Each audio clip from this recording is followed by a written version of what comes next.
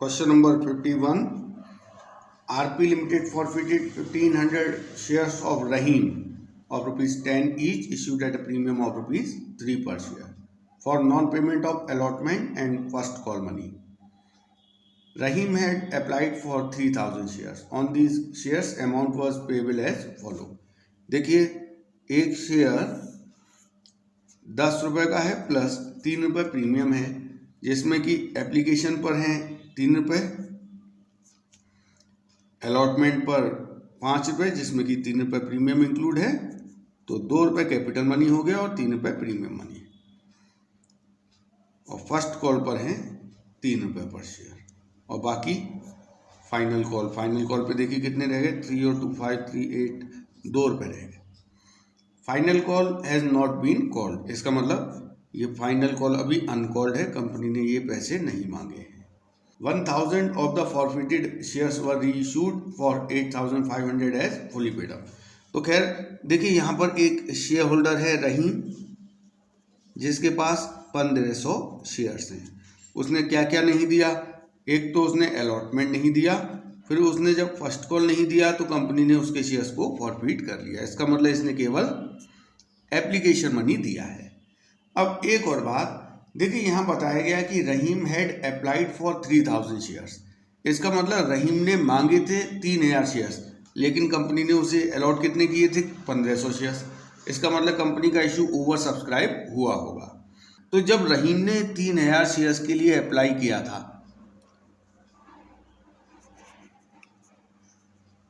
Rahim applied for 3000 shares,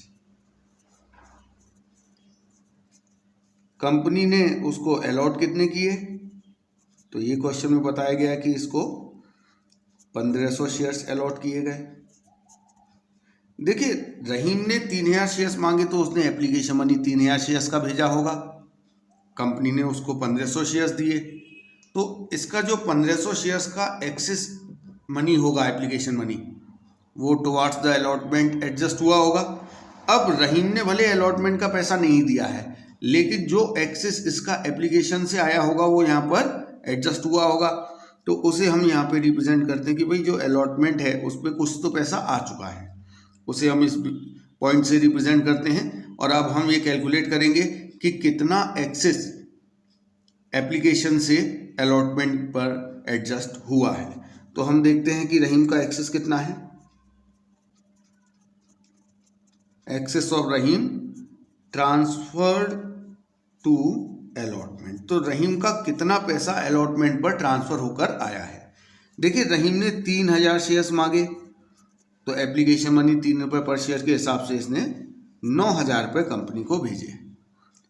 company ने इसे 1500 shares दिए, तो 1500 शेयर्स का एप्लीकेशन मनी बैठता है 4500, तो 9000 में से कंपनी 4500 तो रख लेगी एप्लीकेशन पे, बाकी जो इसके 4500 रुपये रह गए हैं वो कंपनी इसके अलॉटमेंट के टुवार्ड्स एडजस्ट कर देगी, क्योंकि कंपनी ने सिर्फ 1500 शेयर्स तो दिए ही हैं, तो कंपनी जब इससे अलॉटमेंट का पैसा मांगेगी तो उसमें ये पैसा एडजस्ट हो जाएगा।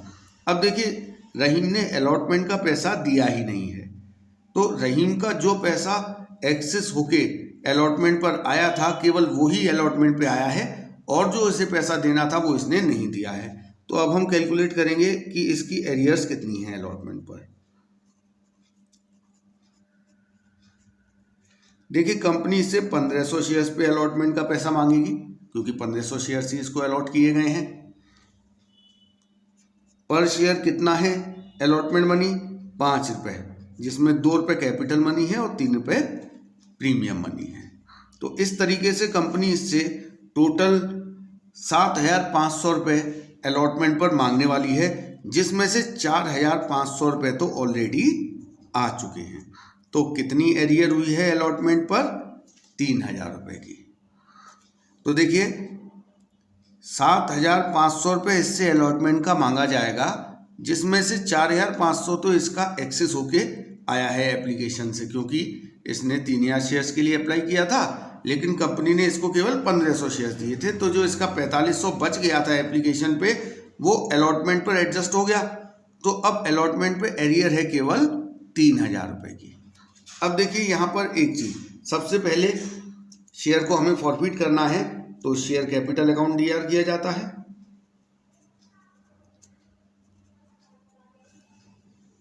शेयर कैपिटल अकाउंट कितने से डीआर किया जाता है?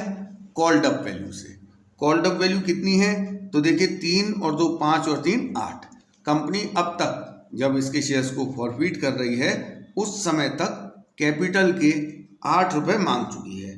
तो 1500 इंटू 8, 12,000 रुपये से शेयर कैपिटल अकाउंट डीआर किया जाएगा।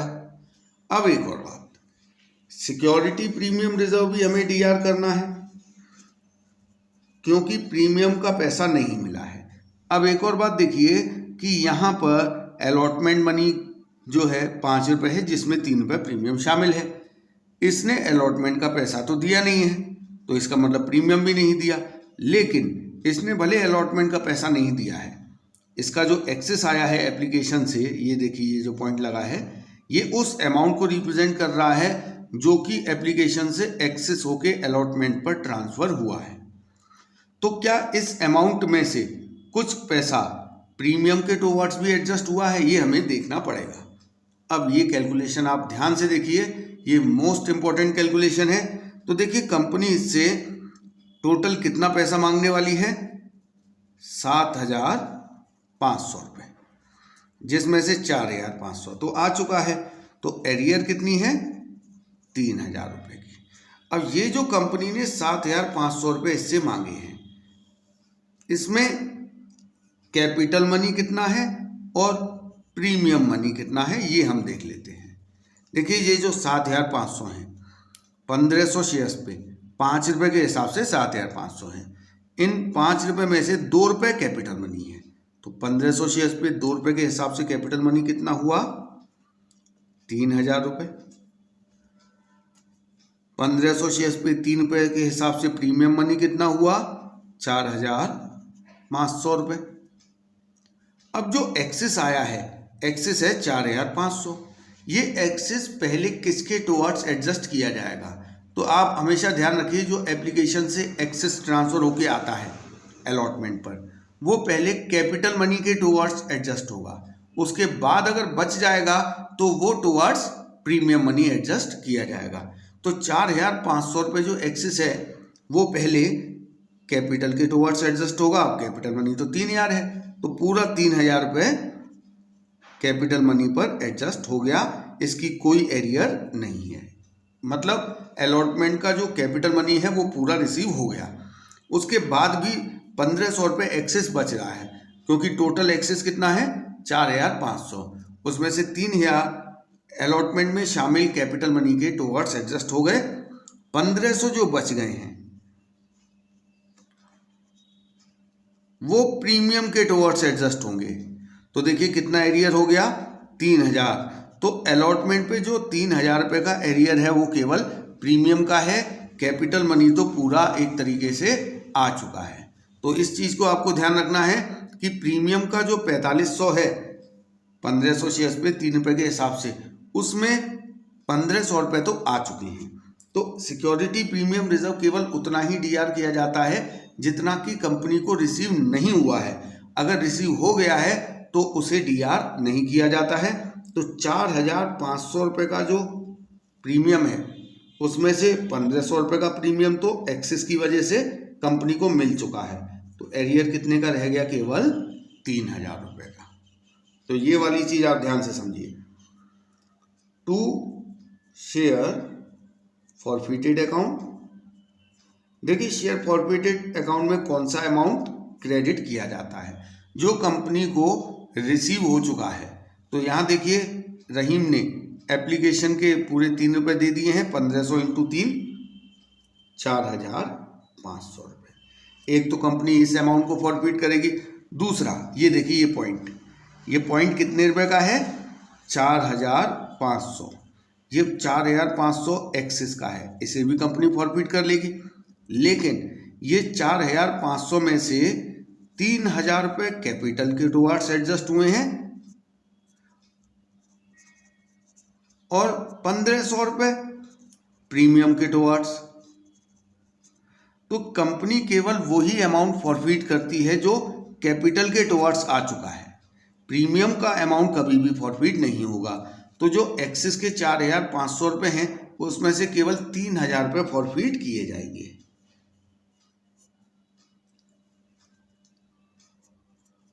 तो इस तरीके से टोटल शेयर फॉरफिटेड अकाउंट में 7,500 रुपये CR होंगे।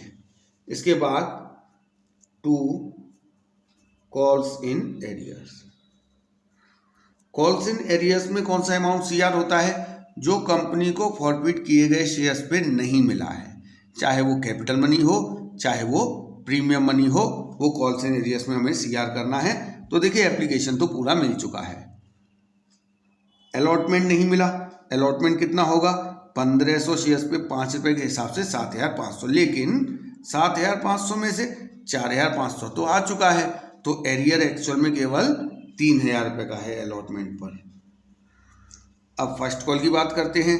तो देखिए फर्स्ट कॉल 3 रुपये के हिसाब से 1,500 शेयर्स पे 4,500, क्योंकि फर्स्ट कॉल पे तो कुछ एक्सेस ट्रांसफर होके गया नहीं है, तो पूरा का पूरा फर्स्ट कॉल का कंप्लीट एरियर होगा। तो इस तरीके से calls in arrears account CR होगा 7,500 से। तो ये हो गई आपकी फॉरफिचर की एंट्री। तो इस वाली कैलकुलेशन को आप बहुत अच्छी तरीके से समझ लीजिए। ये आपके फाइनल एग्जाम में जो क्वेश्चन आएगा उसमें ये वाला टॉपिक आने के चांसेस बहुत ज़्यादा हैं।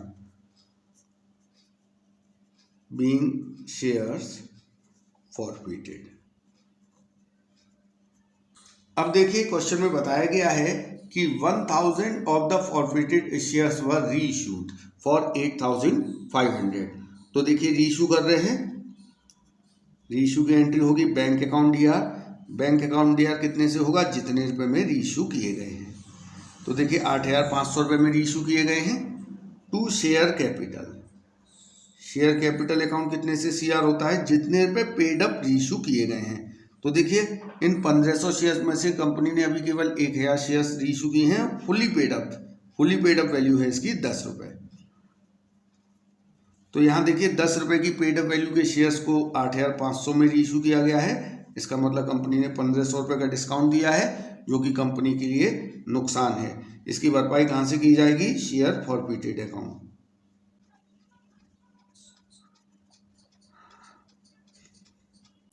Being shares reissued. अब एक एंट्री और रह जाती है। देखिए जो शेयर फॉरफिटेड का बैलेंस है 7,500, उसमें से कैपिटल रिजर्व में हमें ट्रांसफर करना है। लेकिन यहाँ पर कंपनी ने फॉरफिट तो 1,500 शेयर्स किए हैं, लेकिन उसमें से अभी केवल 1,000 शेयर्स को ही रीइश्यू किया गया है। तो केवल रीइश्यू किए गए शेयर से रिलेटेड फॉरफिटेड अमाउंट का बैलेंस ही कैपिटल रिजर्व में ट्रांसफर होता है। तो अब हमें ये जो 7,500 रुपये फॉरफिटेड हैं, इसके 2 हिस्से करने हैं। ये जो 7,500 रुपये हैं, इसके 2 हिस्से कैसे करने हैं? क्योंकि यहाँ पर देखिए कंपनी ने ये 7,500 कितने शेयर्स पे फॉरफिट किया है? 1,500 शेयर्स पे। इसमें से रीइश्यू कितने शेयर हुए हैं? केवल 1,000। तो 1,000 शेयर्स का फॉरफिटेड अमाउंट अलग किया जाएगा, 500 शेयर्स का फॉरफिटेड अमाउंट अलग किया जाएगा। तो देखिए 7,500 रुपये फॉरफिटेड हैं 1,500 शेयर्स पर। तो प्रपोर्शनेटली 1,000 शेयर्स का फॉरफिटेड अमाउंट कितना हुआ? वो आप इधर से कैलकुलेट करेंगे तो आएगा 5,000 रुपये। और बाकी जो 500 शेयर्स हैं उनका forfeited amount share forfeited account में ही पड़ा रहेगा, उसे कैपिटल में ट्रांसफर नहीं करना है। फिर भी आप चाहें तो कैलकुलेट कर लीजिए कि 7,500 रुपये फॉरफिटेड अमाउंट है 1,500 शेयर्स का, तो 500 शेयर्स का कितना होगा प्रपोर्शनेटली? तो ये आएगा 2,500। इस 2,500 रुपये को हमें हाथ नहीं लगाना है, क्योंकि ये 2,500 रुपये उन 500 शेयर्स का फॉरफिटेड अमाउंट है जो अभी रीइश्यू नहीं हुए हैं। रीइश्यू किए गए शेयर्स का जो फॉरफिटेड अमाउंट है वो है 5,000 रुपये। इस 5,000 रुपये में से देखिए 1,500 रुपये शेयर फॉरफिटेड अकाउंट में यहाँ DR हो गए हैं, क्योंकि इन 1,000 शेयर्स को रीइश्यू करने में 1,500 रुपये का नुकसान हुआ है।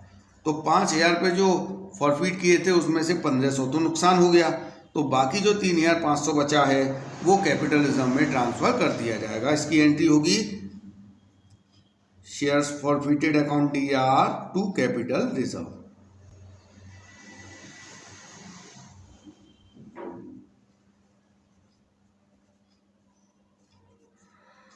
तो 5,000 में से आप 1,500 माइनस करेंगे, बाकी 3,500 रुपये कैपिटल रिजर्व में ट्रांसफ़र हो जाएंगे।